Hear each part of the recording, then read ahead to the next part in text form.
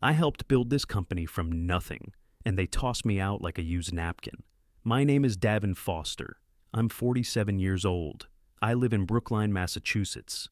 And until 9:03 a.m. on a random Tuesday, I was the Chief Operations Officer of Meridian Health Systems. That morning, I got a calendar invite marked Leadership Alignment, Urgent. No agenda, just a time, a room, and my name. I walked into the boardroom thinking maybe we were about to roll out a new org structure. Maybe Warren had finally greenlit the Cedarbrook deal. I wasn't nervous. Why would I be? I'd spent 15 years at Meridian, helped hire most of the people now sitting in that room. But something was off. The second I stepped in, everyone was already seated, silent, not a single handshake. Thomas barely looked up from his notepad. Craig, who I'd coached through his first acquisition, suddenly found the ceiling very interesting. Even Marcia wouldn't meet my eyes. And she'd hugged me when her dog died. Then I saw Warren Blackwood, CEO, leaning back like a man about to deliver bad news he'd already practiced in the mirror. "Davin," he said, folding his hands neatly on the table. "Thank you for coming. I'll be brief. Your services are no longer required." That was it, just like that. I froze. I think I actually forgot how to breathe for a second. My heart was pounding, but everything else, my hands, my feet, felt numb, like someone had knocked the wind out of me. "Excuse me?" I said. Warren didn't flinch. "We've made a leadership transition, effective immediately. Corey will be stepping into your role." At first I thought I'd misheard. Corey? His son-in-law? Corey, the same Corey who joined us 7 months ago from some mid-tier tech startup where he was, VP of Process Innovation? I actually laughed. Corey doesn't even know how the back-end ops engine works. Warren didn't blink. He'll be supported by a robust team. That was when I knew it wasn't a mistake. This wasn't a misunderstanding. This was a coup. "You're replacing me with your daughter's husband," I said slowly. "And you're doing it like this?" "We appreciate your contributions," Warren said, like he was reading from a script. "But the board has aligned on a new direction." "The board?" I asked. "When did they vote?" That's when the real punch came. A silent glance passed between them. Warren, Thomas, Marcia. None of them spoke. But I saw it. They'd done it already. Without me. I felt my throat tighten. "You held a vote without informing me. You held a secret emergency session." "We followed our bylaws," Warren replied smoothly. "It was necessary."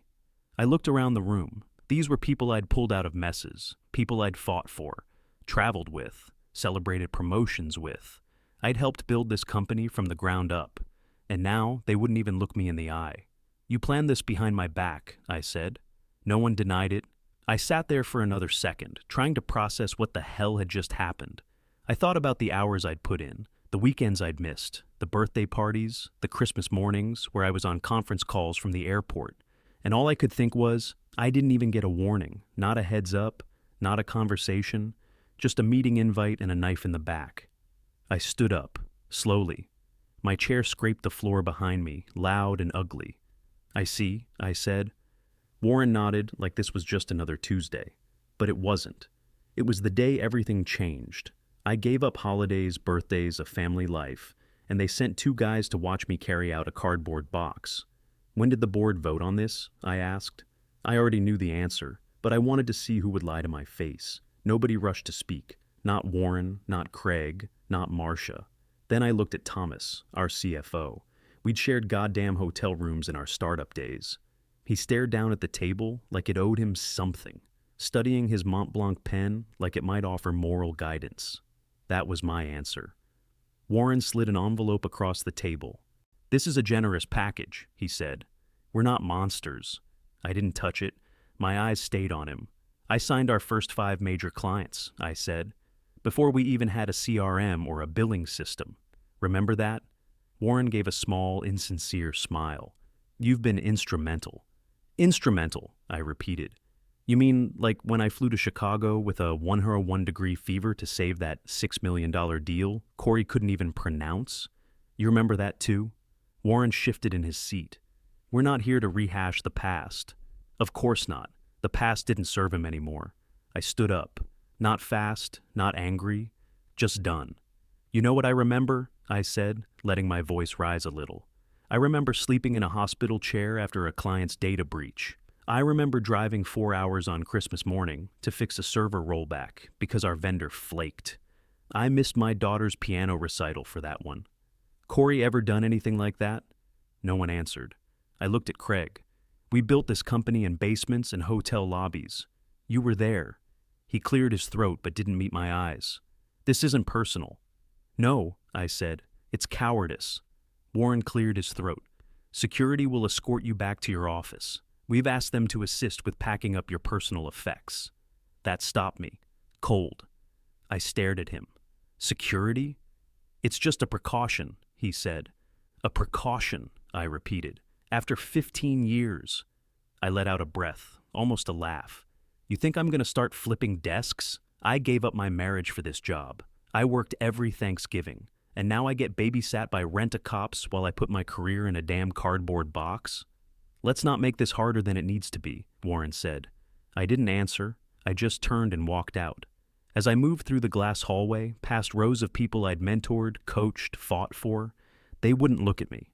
Every single head stayed down, suddenly very interested in Slack channels, spreadsheets, or the inside of their coffee mugs. I wasn't a man anymore. I was a warning sign. When I reached my office, 2 security guys were waiting outside. They didn't say a word, just followed me in while I pulled photos off shelves and dumped 15 years of life into a cheap folding box. That's when I heard the knock. Natalie, my assistant for 6 years, standing in the doorway with her eyes red. I just heard, she whispered. Yeah, I said quietly. It's been that kind of morning. She stepped in and closed the door behind her. They said it was about the Duclair acquisition, she said, voice breaking. That you mismanaged the integration strategy. That's what they're telling people now. I stopped packing. Duclair had been our biggest acquisition last year. The one I'd fought Warren on. The one I'd raised red flags about when their back end looked like it was held together with duct tape and prayer. You're kidding, I said. She shook her head. I heard Thomas say it outside the boardroom, that this was necessary, because you'd become a liability. A liability. I nodded once. Slow, just letting it settle. Listen, she said, blinking fast. I didn't know, I swear. I know, I said. She looked like she wanted to say more, but couldn't. Her voice cracked. I'm sorry. Me too, I said, lifting the box into my arms. And then I walked out, past the kitchen where we used to celebrate launches, past the framed company timeline I helped build, past the people pretending they'd never heard my name. No one stopped me. That was the moment I realized. I was never part of their future, just a tool they were done using. Getting fired opened a door I never thought I'd walk through. I was still numb when I left the building. Just me, a cardboard box, and 2 security guys pretending they weren't embarrassed to be there. I didn't cry, didn't yell, didn't even check my phone. I just drove. No destination. Just needed air. I pulled into a coffee shop I used to hit during late-night budgeting sessions. Sat there in the parking lot for 5 minutes before I even got out of the car. When I did, it was only because my phone finally buzzed. Natalie, she'd texted twice. Corey wants access to your files. He says he needs all your client contacts by EOD. I stared at the message, exhaling through my teeth. The guy had been in the COO seat for, 3 hours, and he was already looking to raid my playbook? I typed back, he can request them through IT like everyone else. Tell him I left him a note. Good luck pronouncing Kowalczyk Diagnostics. A minute later, she replied, I'm sorry. This whole thing is disgusting. I almost told her it was fine, but it wasn't. Not even close. I stepped inside and ordered a coffee I didn't want, then sat at a corner table and just stared at the window for a while. People walked by, normal people. People who didn't know that their legacy had just been yanked out from under them. And then, at 2:41 p.m., my phone rang. Unknown number, Boston area code. Hello? Dave and Foster? A woman said, voice sharp, clean. This is Davin. This is Jocelyn Vega. My spine straightened. If you've worked in healthcare ops for more than a minute, you know the name. Jocelyn Vega, CEO of Silverline Medical. Ruthless negotiator. Built Silverline from a ragtag product shop into Meridian's biggest threat. Warren used to call her that vulture in a pantsuit. She was also smart, unshakably precise. The kind of person who took meetings in 10-minute blocks and never repeated herself. I heard about this morning, she said. Wanted to reach out. I didn't respond right away. I was still trying to figure out how she even got my number. I've been following your work for a while, she continued. Knew this day might come, didn't expect it this soon. I blinked. I appreciate the call. I'd like to meet, she said. Today, if possible. 4 o'clock, Hotel Redmont, lounge upstairs. Just like that. Not a request, a directive. I hesitated. Every instinct in me screamed to say no. I was still spinning, still licking my wounds, still trying to make sense of how the people I'd worked with for 15 years could push me out like I was an old briefcase. But then, another part of me, the quieter, angrier part, spoke up. You're not tied to Meridian anymore. I checked the time. 07 p.m. I'll be there, I said. Good, Jocelyn replied. Come alone. She hung up before I could say another word. I sat there staring at my screen, heart beating faster than it had all day. The job was gone, my title stripped, my calendar cleared, but the phone still rang, and the competition was calling. I wasn't fired for screwing up. I was fired for being the only one willing to say the deal. Stank. The Redmont Hotel was one of those old money places with deep wood paneling and real silver in the sugar bowls. The kind of place Warren would call a little much. I'd never been inside. Meridian always went for sleek and modern, flash over substance. Jocelyn Vega was already seated when I walked into the upstairs lounge at 3:58. She looked exactly how I imagined. Blazer sharp enough to cut glass, dark hair pinned back, eyes scanning everything. She was the kind of woman who didn't wait for the world to catch up. She walked faster. Davin, she said, standing to shake my hand. Glad you came. Wasn't sure I would, I admitted. I was, she said, sitting back down. Eventually, every good soldier realizes he was guarding the wrong castle. That hit harder than I expected. A waiter brought us tea. No menus, no small talk. Just 2 porcelain cups and a pot that probably cost more than my first car. Let me be direct, she said. Warren just handed me the best operational brain he ever had. I'd be a fool not to use it. I raised an eyebrow. Is that what this is? A recruiting pitch? She sipped her tea, then placed the cup down with precision. Not exactly. I don't want to hire you. I want to partner with you. I blinked. Come again? I'm offering you a partner seat, she said. Equity.autonomy. A say in what Silverline becomes over the next 5 years. I need someone who understands scale, risk, execution. Someone who's been in the trenches. I didn't respond right away. My gut still wasn't sure if this was real. Why me? I asked. You don't even know me. She leaned in slightly. I know enough. You ran circles around Corey during the Simtech pilot last quarter. I watched your rollout videos. I've read every white paper you ghost wrote for Warren. I swallowed, hard. She wasn't guessing. She'd done her homework. I also know you've been the only person at Meridian raising concerns about their upcoming acquisition. I frowned. What acquisition? Renshaw Digital. My blood turned cold. That hasn't gone public yet. I have sources, she said, waving it off. The deal's a mess. Half their platform is duct taped together. HIPAA violations left and right. Warren thinks it's a shortcut to IPO. But you'd have blocked it. I sat back, stunned. So he needed me gone. Exactly, Jocelyn said. Corey won't catch the red flags. Hell, he probably thinks HIPAA is a coffee brand. I let out a bitter laugh. He needed someone who wouldn't ask questions, I said. Someone who wouldn't say no. Jocelyn nodded. You weren't fired for failing. You were fired for being in the way. I rubbed my jaw. The pieces were falling into place faster than I could catch them. I should have seen it coming. No, she said. You shouldn't have. Loyalty blinds people like you. That stung more than I wanted to admit. You sure I'm even allowed to take this offer? I asked. I'm still under non-compete. She smiled for the first time. I've already read your contract, she said, 3 times. Your non-compete doesn't block you from consulting, doesn't stop you from building internal platforms. It just limits direct solicitation for 12 months. You don't need to break it, you just need to outthink it. I stared at her, heart pounding. This wasn't a lifeline, it was a rocket ship. You really think we can beat them? I asked. She didn't flinch. You already did. They just haven't realized it yet. The tea had gone cold by the time I stood up. Jocelyn extended her hand again. "When you're ready," she said, "you'll know where to find me." I shook it firmly, and for the first time in 24 hours, I felt something strange. Hope. I didn't need to steal Meridian's clients. They were already waiting for me to show up somewhere better. That night, I stood at Montrose Point, looking across the river at Meridian's headquarters. All that glass and steel lit up like nothing had changed.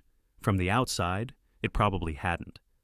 Corey was probably sitting in my chair, spinning it like a kid who just found the grown-up desk. Maybe he even cracked open the onboarding doc I'd left behind and thought he was running the show. From where I stood, the building looked exactly the same, but I wasn't. The anger was still there, sure, but beneath it, something quieter had started to settle in. Clarity. For the first time in years, I wasn't tethered to anything. No board meetings, no late-night fire drills, no Warren. And that's when my phone rang. Dr. Erica Stein, head of partnerships at Cedarbrook Health. One of our largest clients, one of my clients. I almost let it go to voicemail. But something in my gut said, "Pick up." "Davin," she said. "I just got a call from Warren." I closed my eyes. "Let me guess. Reassuring you that Corey's the second coming of Steve Jobs?" She snorted. "He said Corey's taking over your portfolio, that things will be seamless." I didn't say anything. "I don't believe that," she said bluntly. "Not for a second." I stayed quiet. Let her talk. "You built our onboarding system from scratch," she said. "You helped our CTO design that EMR integration when Renshaw was dragging their feet. And yes, I know about the Renshaw deal. Everybody does. And if they're really putting Corey in charge of that mess, I can't imagine it ends well." I sat down on a bench facing the river. "Are you calling to ask if I'm going to sue them?" I asked, trying to keep the sarcasm in check. "No," she said. "I'm calling because if you ever do private consulting, I want to talk." I blinked. "You'd pull out of a Meridian renewal?" She didn't hesitate. "I'd put it on pause, at the very least. If you had a better option, Davin, I'd listen." I didn't respond. Couldn't.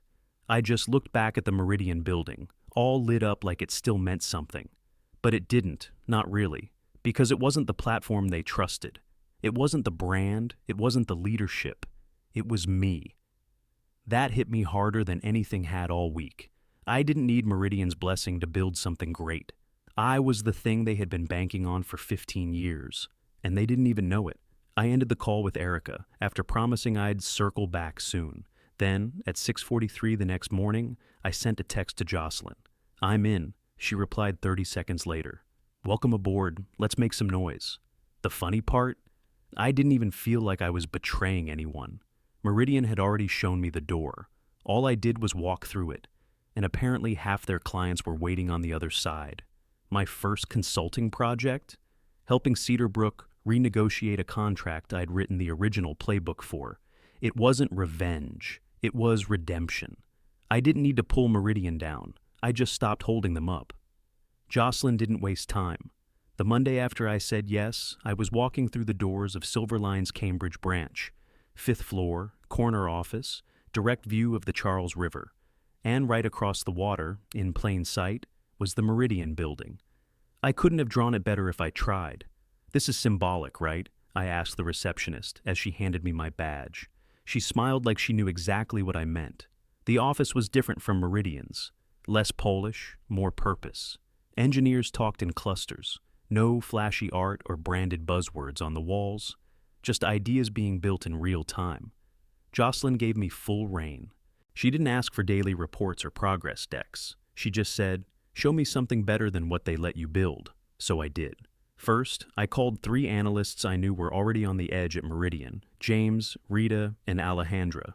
Each one had pulled me aside in the last year, saying the same thing: "This place doesn't listen." The moment I told them what I was working on, they didn't hesitate. They were ready. Officially, they gave 2 weeks' notice. Unofficially, they started working on prototypes with me that same weekend. We rebuilt the client service model I'd been pitching to Warren for the last 5 years. The one he always said was too ambitious. A fully modular, compliance-first operations engine that flexed by hospital size and budget. We didn't have red tape. We had ideas, and now we had freedom. And it clicked. Fast. Within 3 weeks, 2 hospitals I'd been chasing for years, Roosevelt Medical in Jersey and Midstate Health in Vermont, reached out to me. They weren't angry, just curious. "We heard you're doing something new," one exec said on a Zoom call. "Something that doesn't require a dictionary to understand and 2 months to implement." I smiled and sent over our new onboarding doc. 5 pages, plain English, full transparency. They signed within 10 days. Now, I wasn't even trying to poach Meridian's clients. I stuck to the letter of my non-solicitation agreement. No direct calls, no email blasts. I didn't reach out. They came to me. Meanwhile, Meridian was starting to wobble. Natalie texted late one night, "Just overheard something in the kitchen, Brookview's pulling out, CFO's in full meltdown. Corey looks like he aged 10 years in a week." I didn't respond right away, just stared at the screen for a bit. Brookview was a cornerstone account, one I'd personally brought in after a year of check-ins, whiteboard sessions, and 4 in-person visits. They didn't leave because someone else offered more. They left because I wasn't there to fix what came next. 1 week later, something even more surreal happened. I got a message through Silverline's contact form from Cedarbrook Health. Specifically, their operations team. The subject line read, "Platform Evaluation Request, Meridian Partnership." I opened it, expecting a basic inquiry. Instead, it was a full brief. They wanted an independent consulting review of Meridian's infrastructure. An audit, really. They wanted to know whether to renew the multi-year platform deal Warren had signed them into, the same deal I had designed before getting pushed out. I sat there, rereading it 3 times. It wasn't just about trust anymore. They were ready to walk. That night, I stayed late in my office. Lights off, blinds up, city blinking all around me. Across the river, Meridian's logo still glowed, still looked like it always had. But it wasn't the same. Not without me. I wasn't throwing punches. I wasn't out for revenge. I was just building the thing I'd always believed in. And apparently, that was enough to make everything start shifting. Not because I forced it, but because when I stopped holding them up, they collapsed on their own. Warren wasn't just regretting the decision. He was begging for help. I was still at the office typing out final notes on Cedarbrook's infrastructure report when my phone rang. Late. Unknown number. For a second, I thought about ignoring it, but curiosity got the better of me. "Hello?" There was a pause. Then a voice I knew better than my own calendar. "Davin?" "Warren." I leaned back in my chair, eyes fixed on the glowing Meridian logo across the river. "Bit late for a check-in, isn't it?" He cleared his throat. Tried for his usual calm, but it cracked around the edges. The board might have acted too quickly. I didn't say anything. "I've been speaking with some of our partners," he continued, like this was a normal business call. "There's been some fallout, unexpected concerns about continuity, leadership gaps." "You don't say." Another pause. "I wanted to see if you'd consider coming back," he said, "in an advisory capacity. Help steady the ship." I almost laughed.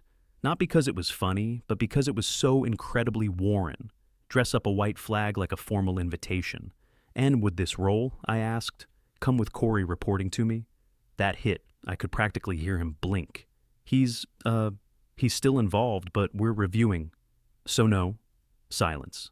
"I'm prepared to match any offer," he said finally. "Silverline, whoever. Whatever they're paying, we'll match it or beat it." It would have been flattering if it weren't pathetic. I kept my voice level. "It was never about the money, Warren. It was about respect. And you lost that the second you slid that envelope across the table like I was some vendor who missed a deadline. I did what I thought was best." "No," I cut in. "You did what was easiest. You removed the one person who would have told you Renshaw was radioactive. And now, guess what? It's leaking." He started to say something, but I ended the call. I didn't slam the phone down, didn't cuss or rant. I just sat there, watching his company's building blink in the dark like it still had something to say. 5 minutes later, my inbox pinged. Subject, private from Thomas McBride. Our old CFO, the same guy who couldn't meet my eyes the morning I got canned.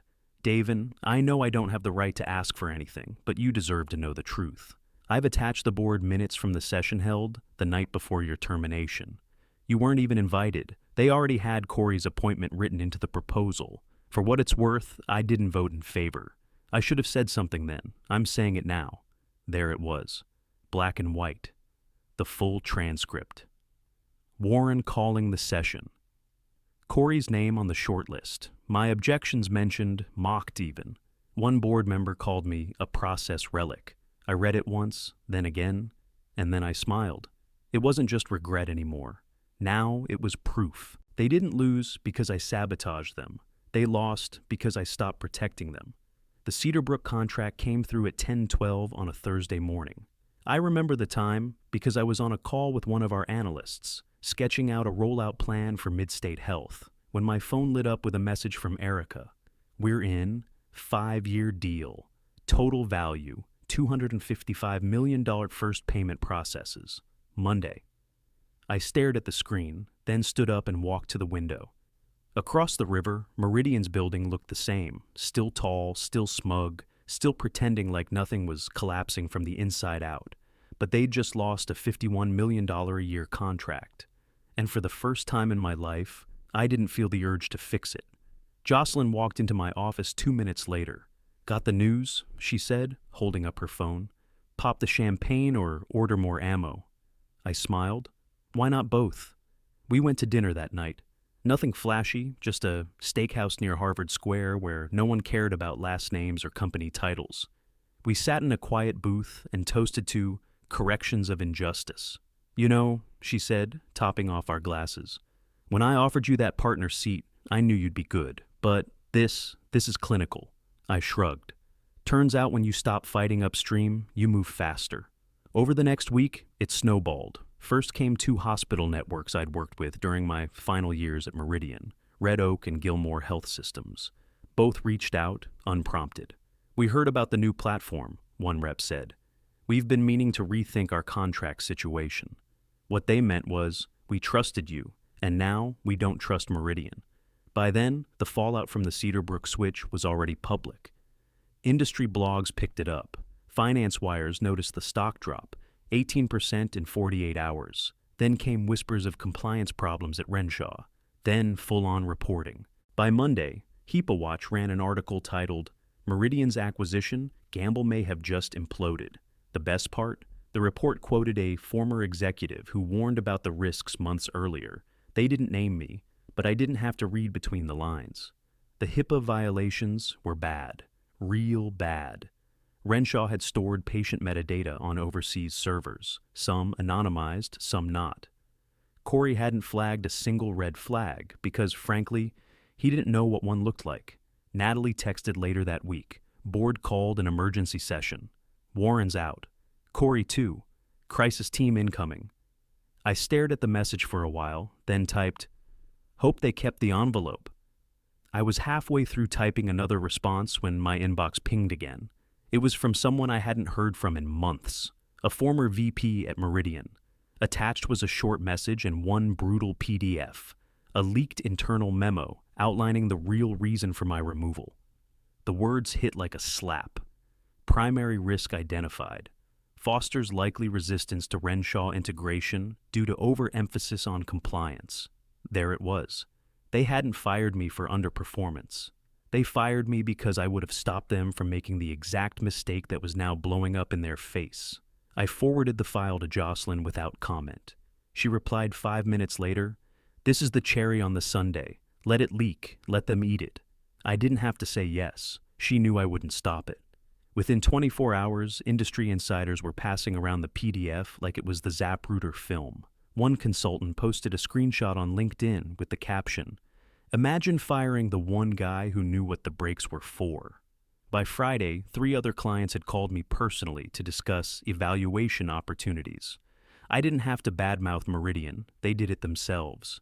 That night, as I left the office, the receptionist handed me a folded note. Handwritten, Das Natalie.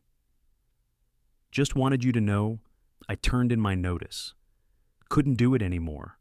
I'll land on my feet. You already did. I read it twice, folded it back up, and slipped it into my coat pocket. It wasn't about revenge. Not really. It was about something simpler. letting the truth come out. Cold, unrushed. Just like justice should be, they thought firing me ended my story. It just gave me permission to write a better one. Meridian was unraveling faster than anyone expected. First came the headlines. CEO and COO ousted amid compliance scandal. Then the investor flight. Within 2 months, their valuation had dropped by a third. Big-name clients walked quietly. Some even scrubbed the Meridian logo from their sites before the ink dried on the termination papers. I wasn't watching with a smirk. Not anymore. By then, I was too busy. Silverline had handed me the reins to build something more than just a consulting practice. I launched a second arm, focused entirely on operational compliance. We called it ClearPath. It was built from all the things Warren dismissed for years: data traceability, audit prep workflows, clinical comms protocols. The boring stuff, the stuff that saved you when everything else broke. By month 4, we'd signed 3 of Meridian's biggest contracts, totaling over $90 million, and not a single lawyer came knocking. We didn't break rules, we made them irrelevant. Jocelyn flew in from New York one weekend just to walk the halls with me. She said the quiet part out loud as we passed the conference room. This isn't a rebound, this is a regime change. I didn't argue. Our systems were leaner, our support tighter, and our delivery times 3 times faster than Meridian's ever were. But none of that was what really stuck. It was the name. One day, I walked into a meeting with a potential hospital client, big private network down in Connecticut. They'd been evaluating several vendors. When I introduced myself, their CIO raised an eyebrow. "You're David Foster," he said. "As in the Davin Protocol?" I paused. "I don't know what you mean." He chuckled. "That's what some folks in the industry are calling Silverline's new service architecture, the one that flipped Cedarbrook and Brookview in the same quarter." I blinked. I hadn't heard that. Not officially. Not from anyone I worked with. But it was spreading. They were calling it mine. I didn't correct him. After the meeting, I walked back to my office and stood at the window. Same view, same river. But the Meridian logo across the way didn't mean what it used to. It wasn't home. It wasn't even competition anymore. It was a cautionary tale. I stayed there a while, thinking about everything that had happened, about the boardroom on that Tuesday morning, about the cardboard box, about Corey trying to act like a leader because someone handed him a title he never earned. They'd thought I was just a cog, a legacy piece to be swapped out. But the legacy wasn't the building. It was me. I took a slow breath, then said it out loud, just to hear the words in the air. "Goodbye, Warren. You were never the legacy." That night, I walked out of the office a little later than usual. Cambridge was quiet.